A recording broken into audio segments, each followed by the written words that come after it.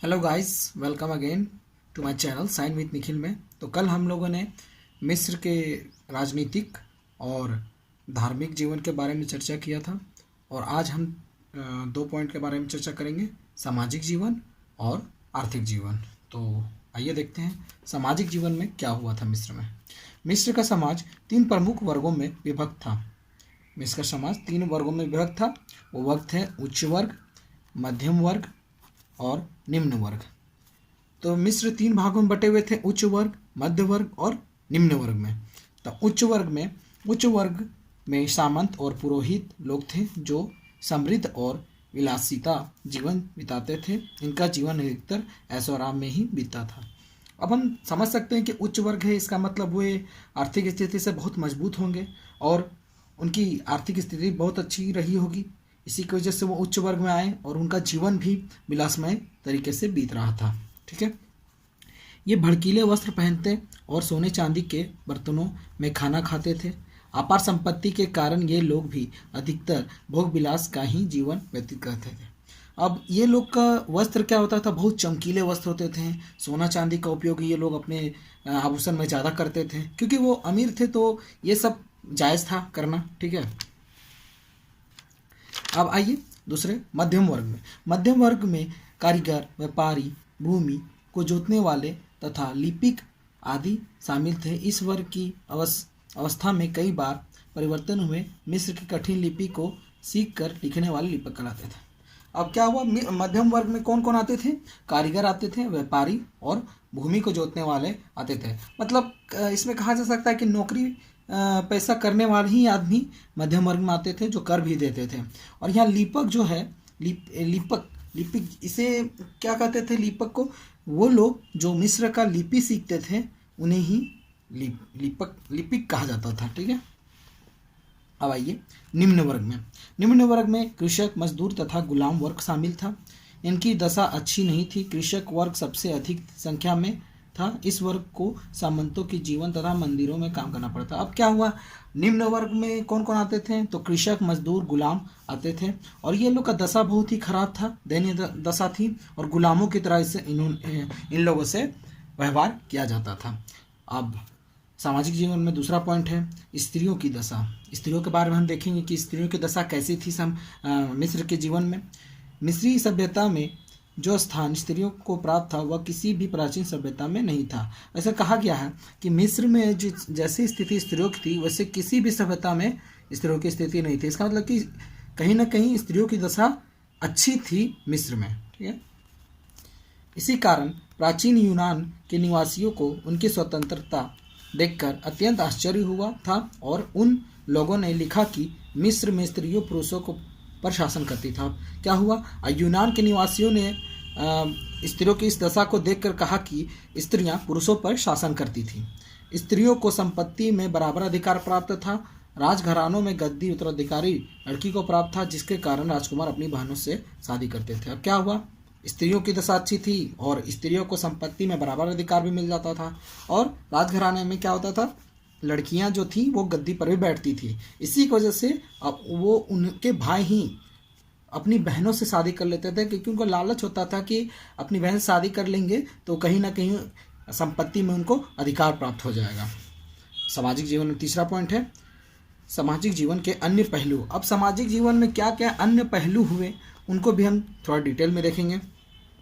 मिस्रवासी शुल्क और नीरस जीवन नहीं बिताते थे। वे सौंदर्य तथा श्रृंगार की सामग्रियां और प्रसाधनों से परिचित थे एवं उनका खुलकर उपयोग करते थे। वे दर्पण, अस्तुरा, चम्मच, कंघी, श्रृंगार दान आदि का प्रयोग करते थे। अब उनका जीवन, सामाजिक जीवन बहुत ही अच्छा था, हम लोग देख रहे हैं। और वो लोग श्रृंगार की वस्तुओं का ही बहुत उपयोग करते थे और अपने जीवन को एक अच्छी तरह से वो लोग व्यतीत करते थे। ठीक है, मिस्रवासी वाद होता था, नृत्य से अपना मनोरंजन करते थे। उनके महलाव के साधनों में कुश्ती, घुसेबाजी, जुआ, शिकार तथा सांडों और चिड़ियों का लड़ाना शामिल था। वे मदिरापान भी करते थे। अब क्या हुआ, अब मिस्रवासी अपने मनोरंजन के लिए क्या करते थे? कुश्ती भी करते थे, घुसेबाजी करते थे, जुआ खेलते थे, शिकार भी करते थे और एक दूसरे जानवर को भी लड़वाते थे। और साथ ही साथ उन लोग उस वक्त मदिरापान भी किया करते थे। वे सोना चांदी और हाथी दांत के सामानों का व्यवहार करते थे। घरों में मेज कुर्सी का भी प्रयोग होता था, अतः उनका सामाजिक जीवन समृद्ध और रंगीन था। अब हम लोग देख सकते हैं कि उनके सामाजिक जीवन में सोना चांदी का भी उपयोग बहुत होता था, हाथी दांत के वस्तुओं का भी उपयोग करते थे और कुर्सियों और मेजों का भी उपयोग करते थे अपने बैठने के लिए। अब सबसे आखिरी और लास्ट टॉपिक, आर्थिक जीवन। प्राचीन मिस्र के निवासियों का आर्थिक जीवन विकसित था। वे कई प्रकार के पेशों और उद्योग धंधों में दक्ष थे। वे खेती, पशुपालन, कारीगरी तथा व्यापार वाणिज्य के क्षेत्र में निपुण थे, जिसके कारण उनका जीवन हर क्षेत्र में समृद्ध था। अब मिस्रवासी अपने आर्थिक जीवन में बहुत ही विकसित थे और वे लोग उद्योग धंधे भी करते थे, खेती पशुपालन भी करते थे और कारीगरी भी करते थे और साथ ही साथ व्यापार में भी भाग लेते थे। कृषि उनका प्रधान पेशा था। इस क्षेत्र में मिस्रवासियों ने काफ़ी प्रगति की थी। वे गेहूं, जौ, अंगूर, कपास और खजूर की खेती बड़े पैमाने पर करते थे और मछली भी मारते थे। अब क्या हुआ, वे लोग गेहूं भी उगाते थे, जौ भी उगाते थे, अंगूर भी उगाते थे, कपास, खजूर, ये सब सारी चीज़ वो लोग उगाते थे और मछली पालन भी वो लोग करते थे।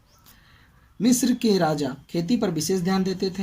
अब मिस्र के जो राजा थे वो खेती में भी ध्यान देते थे ज़्यादा। सरकारी कर्मचारी खेती के कई मामलों में कृषकों की सहायता करते थे। वे सिंचाई का समुचित प्रबंध करते थे।